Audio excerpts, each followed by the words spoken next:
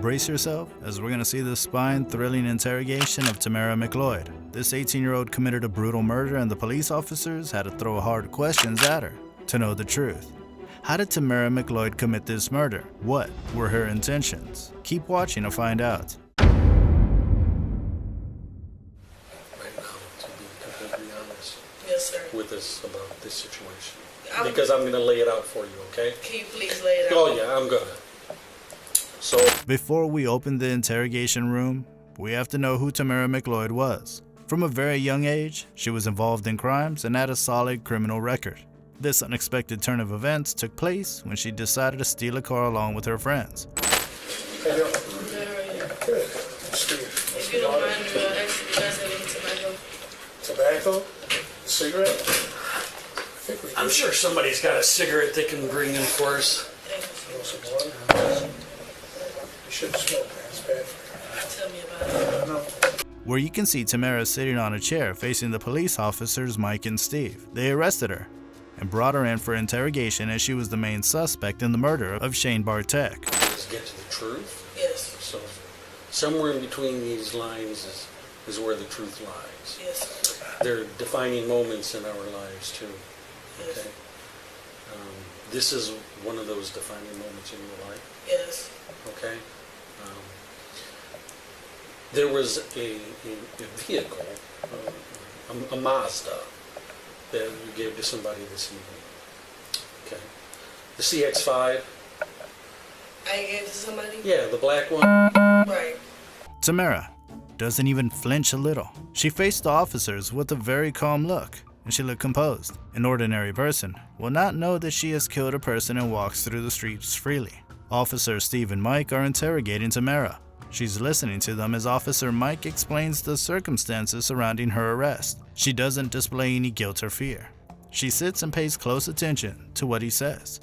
Yeah. You understand what I'm saying? Right, yeah. This is one of those moments in your life that hell you need yeah, to, this is fucking important. Yeah. Like I said, is. I be with my guys and shit. I don't know what the fuck they be into. Yeah. We arrested somebody that was in that car. Mm-hmm. The police officer responds that this is one of her life's defining moments, as she constantly questions whether they're serious. Despite being in complete astonishment, she remains silent for a while. Officer Mike says that one of the criminals who was involved in the incident was detained. They claim that it took them a long time to catch him after the chase. Who might that be? After an extended chase, they were able to bring down Anthony Butler, a friend and acquaintance of her. Now, we will time travel to the unfortunate day to know what happened to Shane Bartek. Tamara McLoyd, then 18, experienced a major change in her life on December 31st, 2021.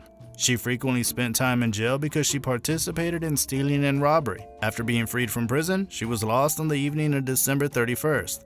On parole, she was required to maintain her sobriety, but she was continually tempted to steal because of her theft habit. She was unable to resist taking part in these illicit activities. She has a strong relationship with criminals. Most of her friends have been detained on many occasions for various offenses. That evening, she and her group decided to steal a car from the parking lot of an apartment building. Everything was proceeding according to plan. What possibly could go wrong? Now let's talk about Shane Bartek. About 6:15 yesterday evening, a gentleman was walking to his vehicle, and he was approached by somebody who pulled a gun on him. And that person robbed him of his car. But not only did they rob him of his car, but they shot him with the revolver that they had. Off-duty police officer Shane Bartek was heading towards his vehicle when Tamara drew a revolver and demanded the keys from him. She was unaware that he was a policeman.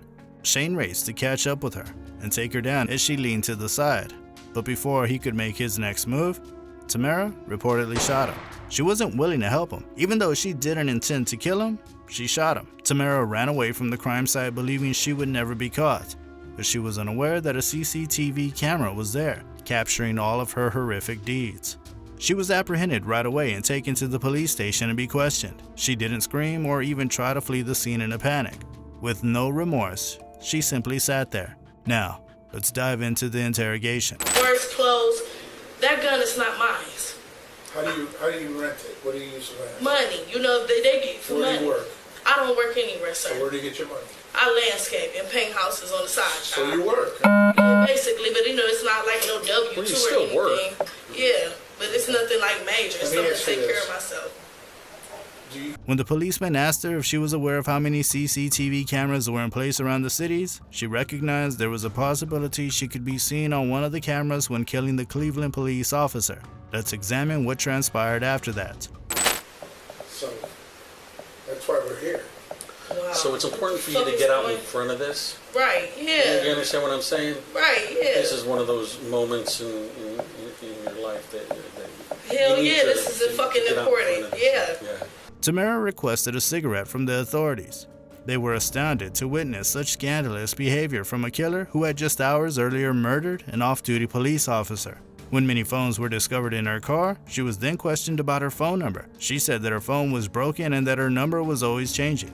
Regarding a black automobile she sold to someone, Tamara was interrogated.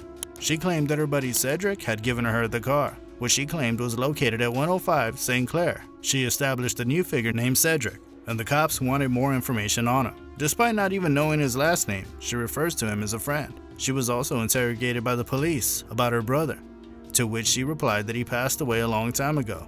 Now, in the interrogation episode, the police officers will reveal the most shocking fact that only we, the viewers, and the police officers know about. Person that was robbed and killed. Hey, there's an officer down here waiting. The Cleveland police officer. When Mike revealed that the guy who was shot and killed was a police officer, Tamara realized it would be difficult to prove her innocence in this case. To identify the murderer, the police will use all available resources. But I want to explain to you the difference between something that just got out of hand and went south and you didn't mean for it to happen, as opposed to intentionally doing what occurred. Because one potentially carries the death penalty, as opposed to the other. Tamara persisted in defending her, insisting that she did nothing wrong. She refused to leave her stand despite the policeman's persistent request for her to confess the truth. She said that the gun they discovered was not hers, and that she simply hired out a lot of items. When questioned about that particular day, she recalled that she had been out with her friend Diane at a pub called Josephine. She then jumped into Diane's car and, to celebrate New Year's Eve, fired her gun twice into the air. She then got a call from her buddy Cedric, asking him to bring her the car she had requested. At Quincy, she encountered Cedric and obtained the vehicle from him. Later on, he drove and asked her to grab something from the car's trunk. She was then re-met, and he drove off with her. Does she have your trust? Or are you persuaded by this tale? Following a brief period of interrogation, Tamara began to dig her hoe. She mixed up her lies and spun a web of fabrications around herself, entangling her. She had claimed that her phone had broken and she had no idea whose phones were in the car. She claimed that Cedric called her afterwards with a shattered phone. How could Cedric reach her? She then modified the story to involve Diane, a friend of Cedric's, being called. The policeman indicated that they would look into Diane's phone history. Tamara acknowledged her error. She began pleading with the police officers to grant her another opportunity to present her case. The policeman claimed that Shane's body still contained the bullets. If the bullets in Tamara's car and the gun they were checking matched, she might receive the death penalty. You'll realize how dishonest and clever she is after hearing how she responded to this question. She remarked that she doesn't know which pistol was in the car, so maybe it will match. Not her car, but the vehicle she went in is to blame. She added that because she's under the legal age limit, she is unable to purchase firearms. When the police saw how expertly she could fabricate lies, they were shocked. Diane was the owner of the vehicle she was detained in. One of her buddy Diane's cars was green, while the other was blue. She couldn't even stop at one lie. She kept telling them all. After a while, she knew that nothing would come of this. She will be brought before the jury, where she will have one final chance to make things right. The Cuyahoga County Judge, John P. O'Donnell, heard Tamara's case. She was given a lengthy sentence, and when she is released, she will be older than 70. If you think that's crazy, then you haven't seen what happens when a suspect is caught lying. Click that video right here.